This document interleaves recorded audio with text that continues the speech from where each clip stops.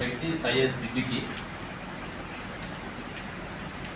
ఇతనికి 33 సంవత్సరాలు ఉంటాయి, 38 ఇయర్స్.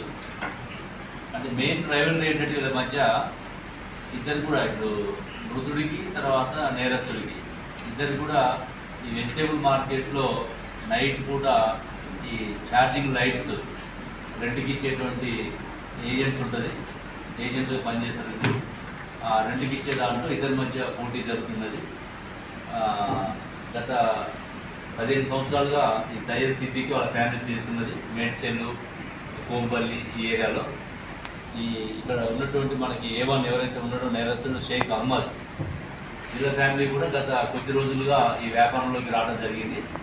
వీళ్ళ మధ్య ఈ వ్యాపారంలో పోటీలు ఉండి మేడ్చెల్ పోలీస్ పరిధిలో 2 months బ్యాక్ కూడా ఒక కేసు నమోదైంది వీళ్ళ మీద. సయ్యద్ సిద్దికిని ఇందులో ఎవరైతే మృతుడు ఈ సిద్దికి ఇతన్ని కొట్టడం జరుగుతుంది. దాని మీద కేసు అయితే అక్కడ ఆ కేసులో విత్డ్రా చేసుకోమని అతను వీళ్ళ మీద ప్రెజర్ పెట్టడము, అదేవిధంగా రెడ్ల విషయంలో బ్యాటరీస్ ఇచ్చే దగ్గర కూడా మార్కెట్లలో కంటిన్యూగా వీళ్ళ మధ్య వాగ్వాదం జరుగుతున్నది.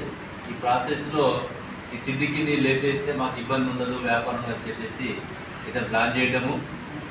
ఈ ప్లాన్లో భాగంగా వాళ్ళ అన్నతోటి రహమత్ అని చెప్పేసి వాళ్ళ అన్న A2ని వాళ్ళ అన్నతో చెప్తే వాళ్ళ అన్న ఫ్రెండ్స్ కొడిమ్యాల శశికుమార్, రాజ్ కమల్, జంపన్న వీళ్ళ ముగ్గురు కూడా రహమత్ యొక్క ఫ్రెండ్స్.